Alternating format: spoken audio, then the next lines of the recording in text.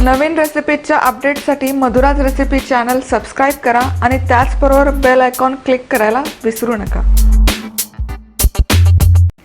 नमस्कार, मी मधुराज रेसिपी मराठीमध्ये तुम्हा सगळ्यांचं खूप खूप खूप मनापासून स्वागत. आज आपण कोळंबी तवा फ्राय कसा बनवायचा ते बघणार आहोत. साधी, सोपी आणि सुटसुटीत रेसिपी आहे. तर सगळ्यात आधी कोळंबी मॅरिनेट करायची. तर यामध्ये आपण आलं लसूण पेस्ट घालतो. नाही घातले तरी काहीच हरकत नाही, पण मला थोडंसं आवडते, फ्लेवर त्याचा चांगला येतो. हळद,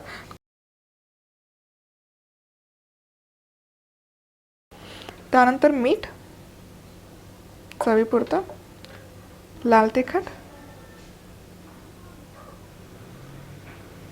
आणि लिंबाचा रस. लिंबाच्या रसामुळे कुठलंही नॉनव्हेज छान असं टेंडर शिजतं, मॅरिनेटही छान होतं आणि शिजायलाही खूप मदत होते. आता हे कालवून घेऊयात. हाताने कालवू शकता, चमच्याने कालवू शकता, पण जेव्हा केव्हा तुम्ही एखादं रॉ मीट हँडल करत असता तर ते असं कालवून झालं की शक्यतो साबणाने हात व्यवस्थित स्वच्छ धुवून घ्यावेत.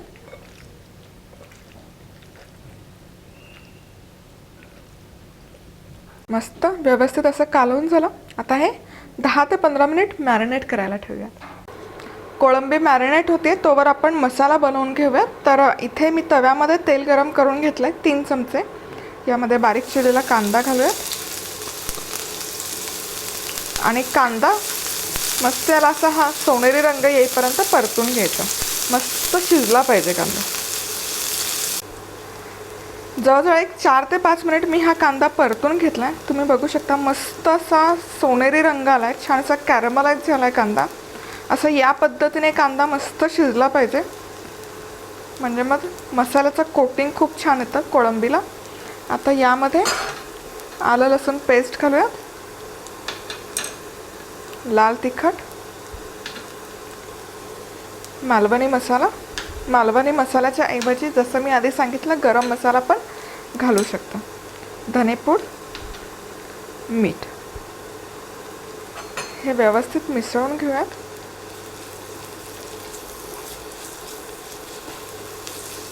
आणि 2 मिनिट परतून घेऊयात हे मसाले. तुम्ही जर पहिल्यांदाच या रेसिपी बघत असाल आणि तुम्ही अजून सबस्क्राईब केलं नसेल तर तुमच्या माहितीसाठी हा जो व्हिडिओ बघताय तिथे खाली एक सबस्क्राईबचं आयकॉन दिसेल, ते जरूर क्लिक करा. सबस्क्राईबवर क्लिक केलं की बेल आयकॉन येईल, तेही क्लिक करा. त्यामुळे काय होईल, तुम्ही आपले हे जे मधुराज रेसिपी मराठीची फॅमिली आहे, कुटुंब आहे, त्यामध्ये तुम्ही याल. आणि याच्या रेसिपीज मी पोस्ट करत असते आठवड्यातून 4दा, सोमवार, बुधवार, शुक्रवार, शनिवार सकाळी 11 वाजता. याचं नोटिफिकेशन तुम्हाला येईल आणि तुम्ही कुठलीच रेसिपी मिस नाही करणार.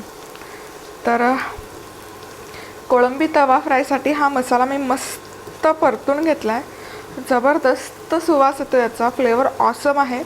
आता आपण यामध्ये ही जी मॅरिनेट करून ठेवलेली कोळंबी आहे ही घालूयात.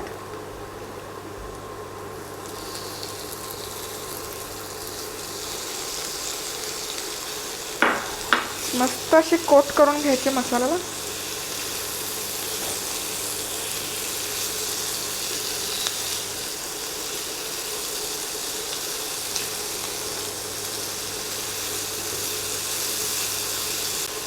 खूपच सुंदर दिसतात. खूप छान असं मसाल्याचं कोटिंग आलेलं आहे कोळंबीला. आता हे छान असं कोळंबी मसाल्यामध्ये फ्राय करून घेतली की अगदी थोडंसं पाणी गेलं ना, ज्या बोलमध्ये मी हे मॅरिनेट केलं होतं त्यामध्ये थोडंसं पाणी यावर स्प्रिंकल करायचं, जेणेकरून मसाला तव्याला चिकटणार नाही. परफेक्ट. आणि झाकण ठेवून एक 4 ते 5 मिनिट मॅक्स आपण हे शिजवून घेऊयात. ही बारीक कोळंबी आहे, पटकन शिजते. तुम्ही जर ही ओव्हर कुक केली तर त्याचं रबरी किंवा असं चुई टेक्स्चर येतं. ते छान असे मऊ लुसलुशीत शिजली पाहिजे, त्यासाठी ओव्हर कुक नाही करायची. मध्यम आचेवर मॅक्स 4 ते 5 मिनिट झाकण ठेवून शिजवून घेऊयात. मध्यम आचेवर फक्त एक 4 ते 5 मिनिट मी ही कोळंबी फ्राय करून घेतली आहे, शिजवून घेतली आहे. आहा, मस्त. मंथन कशी झाली आहे? तू खाऊन पाहिलं ना? हो, मस्त झाली. त्याने आत्ता टेस्ट केली. थोडी तिखट आहे ना तुझ्यासाठी? मंथनला आवडतं फिश खायला. मस्त तुम्ही बघू शकाल, मस्त असा फ्राय बनवून तयार आहे.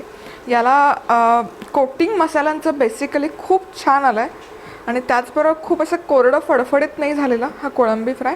आणि आता ही शिजली आहे का ते बघूयात कोळंबी. तर टूथपिक घालते, व्यवस्थित अशी आतपर्यंत जाते, इझिली जाते, अजिबात कुठेही चुई टेक्स्चर नाही वाटत आहे. मस्त. आणि कोळंबी तवा फ्राय मस्त दिसतोय, मसाल्यांचं जबरदस्त कोटिंग आलंय एकन एक कोळंबीला. रंग तर अप्रतिम आलाय. आणि तुम्ही ही कोळंबी तवा फ्राय तांदळाच्या भाकरीबरोबर खाऊ शकता, खूप छान लागते. त्याचबरोबर भाताबरोबर साईड डिश म्हणून सर्व करू शकता.